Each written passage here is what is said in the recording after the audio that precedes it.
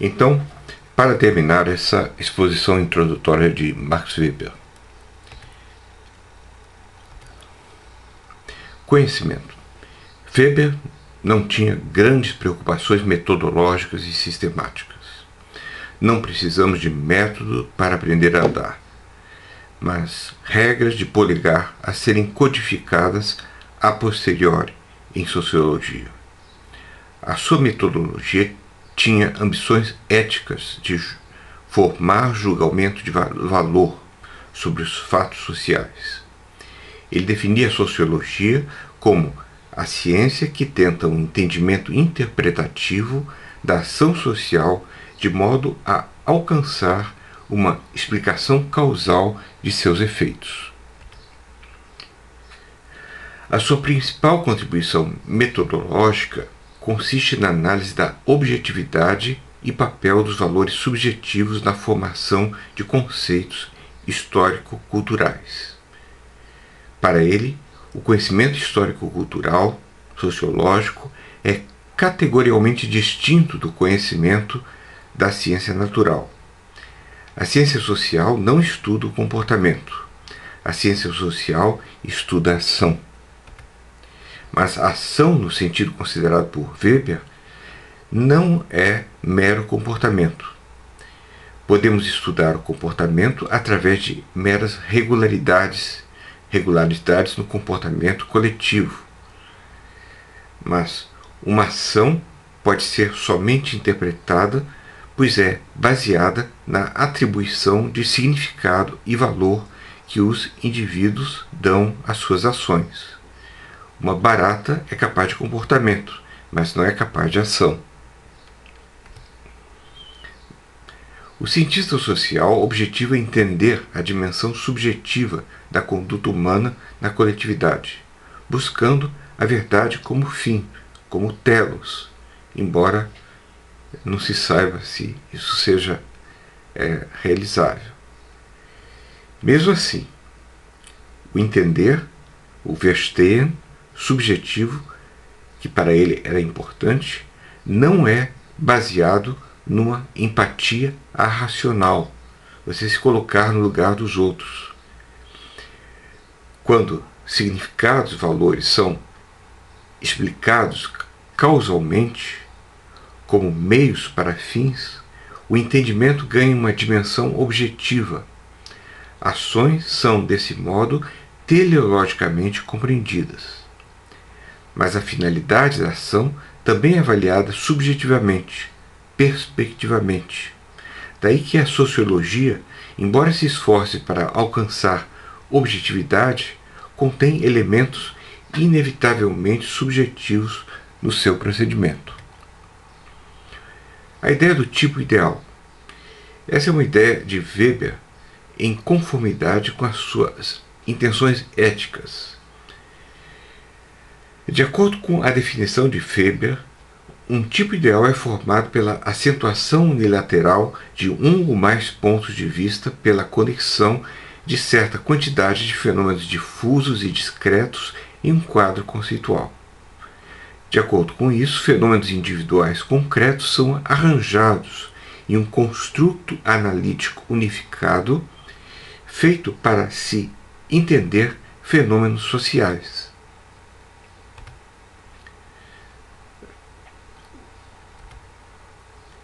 Esse mesmo tipo ideal ou idealidade, podemos dizer, não passa de uma utopia metodológica, algo puramente ficcional que não pode ser encontrado enquanto tal em lugar algum. Mesmo assim, nós podemos pesar avaliações diferentes, uma contra a outra, ganhando assim objetividade, o que lembra o ideal kantiano, o ideal normativo kantiano, que era um telos que não poderia ser encontrado, conquistado, e mesmo que fosse, nós não poderíamos saber que chegamos a ele, mas nós podemos, através dele, fazer comparações entre estar mais próximo ou mais distante dele. Por exemplo, um quadro ideal do cristianismo, da economia urbana, do capitalismo, da igreja, da seita. Alguém me sugeriu, eu que o tipo ideal do ethos japonês seriam os samurais. São todos tipos ideais, ou, se quiserem, idealidades. Aqui, para as crianças, descreva o seu namorado ideal, a sua escola ideal, as suas férias ideais. Mais além, segundo Weber, um compromisso com valores é inevitável e necessário, senão não se obtém um mínimo de conhecimento. Isso é necessário, pois senão a posição de valor de um investigador não seria claramente avaliada e admitida como tal, nem para os leitores, nem para o próprio investigador. Ou seja, a ênfase weberiana na unilateralidade não só afirma a natureza inevitavelmente subjetiva do conhecimento científico, mas demanda que o investigador seja autoconscientemente subjetivo.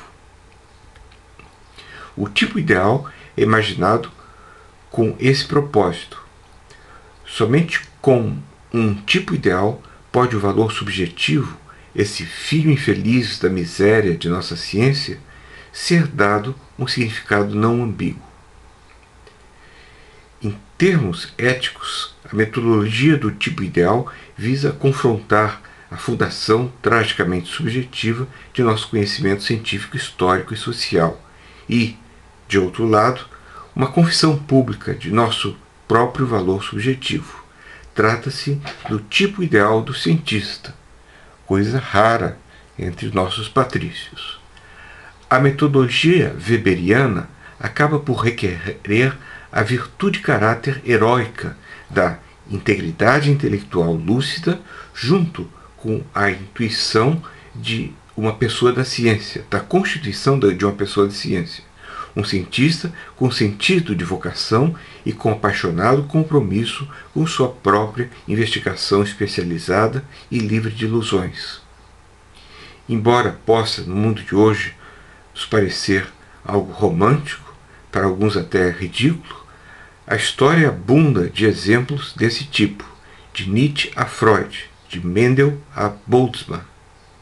E, no final das contas, é necessário, absolutamente necessário. A política e ética. Weber desejava ressuscitar certos traços da sociedade moderna. Seu pensamento político era profundamente liberal no contexto germânico. Para ele, liberdade individual era essencial. Ele era um liberal. Ele era um burguês liberal do início do século, vivendo em um tempo que cada vez mais questionava o liberalismo, o que ele percebia claramente. Ele achava que a burocratização indiscriminada da sociedade põe em risco o liberalismo. Bom, pensamos na Europa unificada e no euro. Liderança carismática e democracia. Ele definiu o Estado moderno como uma comunidade humana que clama com sucesso o monopólio do uso legítimo da força física dentro de um certo território. Essa legitimidade vem de carisma, tradição ou lei.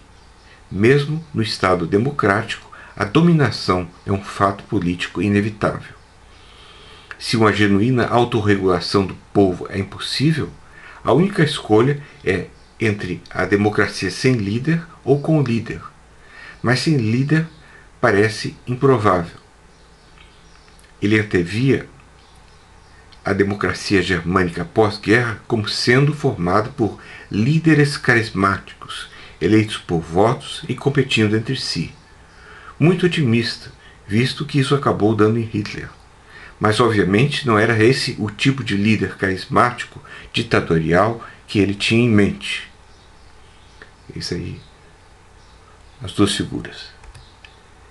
Líderes fortes, para ele, são importantes para controlar uma burocracia cada vez mais onipotente. Por isso, segundo alguns, a teoria weberiana da democracia contém alguns elementos de autoritarismo, mas a ideia em seu fulcro parece consistente e realista. Talvez não em todos os casos. Mas como formar líderes carismáticos? Para tal, ele previa a vida associacional.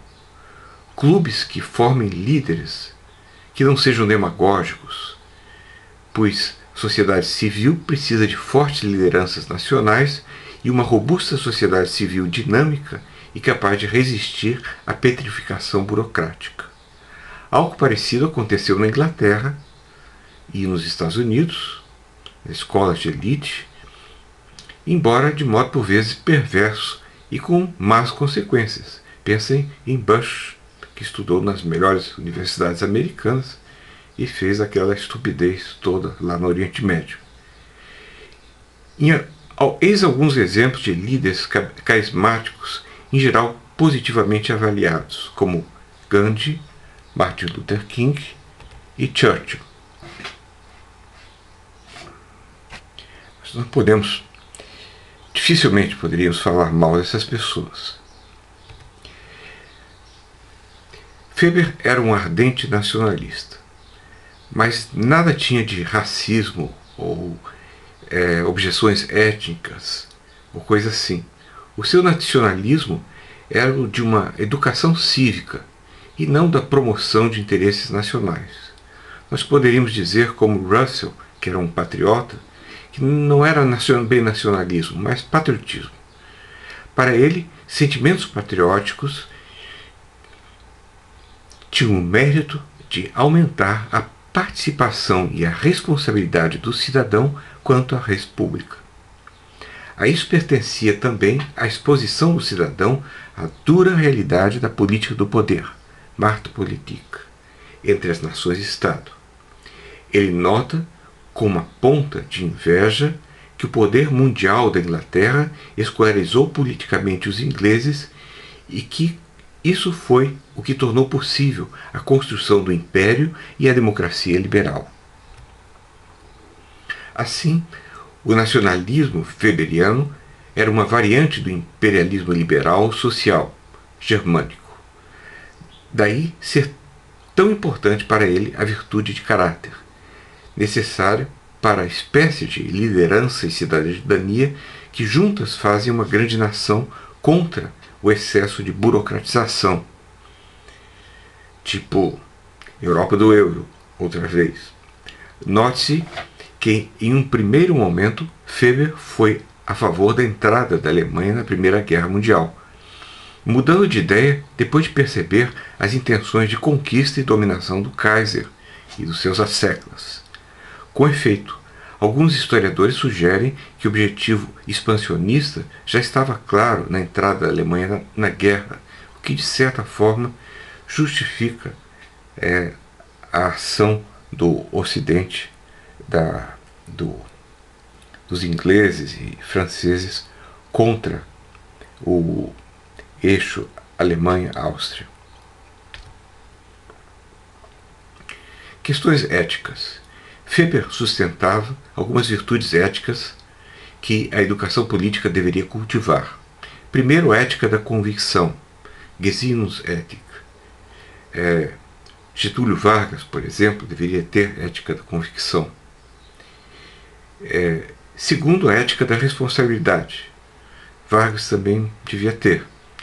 Segundo a qual uma ação tem significado somente em termos de seu efeito no mundo empírico. Collor de Mello provavelmente não tinha. A virtude, diz ele, está no entendimento objetivo do efeito causal da ação e a reorientação de modo a atingir a consequência. A questão ética torna-se então a do procedimento técnico correto e ação livre é ação correta. O agente livre é o que escolhe autonomamente não só os meios, mas também os fins, o que se nota na constância de seus valores últimos. Assim, para Weber, a racionalidade dos fins não é a mesma que a dos meios. E a ética da convicção é constituída de decisões últimas e de integridade.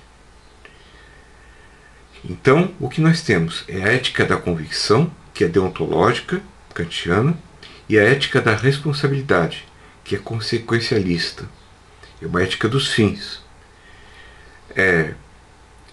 E a ética da convicção é constituída de decisões últimas e integridade. Juntar tudo isso é o que é difícil, juntar tudo isso numa mesma pessoa.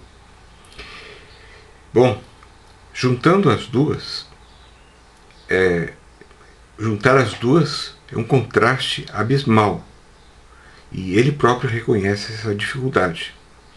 Ele acha que, mesmo assim, ambas poderiam ser juntadas no caráter moral que as combina pela pura força de vontade, a força de vontade germânica. Trata-se do político com sentido de vocação, Berufspolitiker. Essa espécie de político combina uma apaixonada convicção nos ideais supramundanos, a ética da convicção, que a política deve servir como uma lúcida calculação racional de sua realizabilidade, ética dos fins, nesse mundo mundano, formando assim uma ética da responsabilidade. Assim, Weber conclui: a ética da convicção e a ética da responsabilidade são opostos absolutos, mas elas são complementares uma à outra, e somente em sua combinação elas produzem o verdadeiro ser humano capaz de ter vocação política. Exemplo: Lula teria melhor unido ideais supramundanos com lucidez racional, Pace-Pig.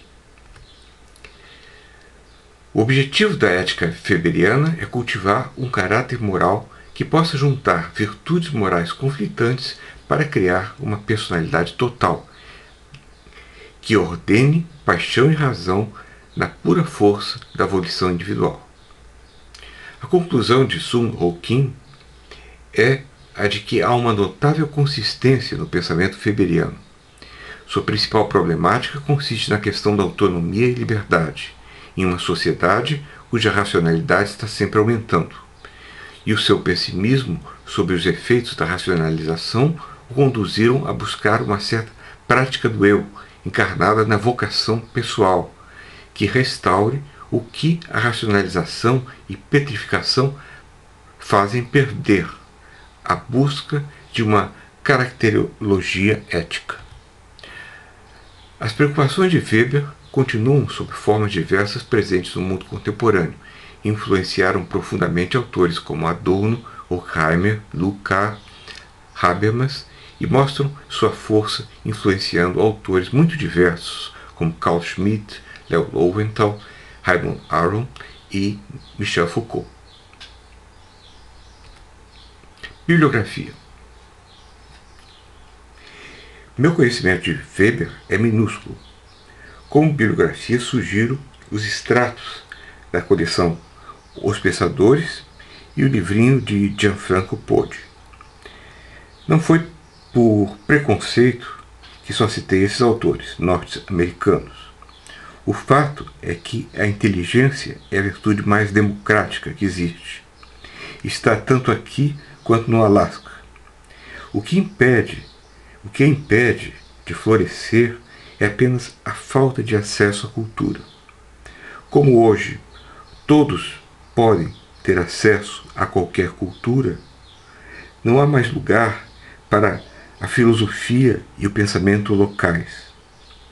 A filosofia deve nutrir-se de tudo que for culturalmente excitante e de modo cosmopolita.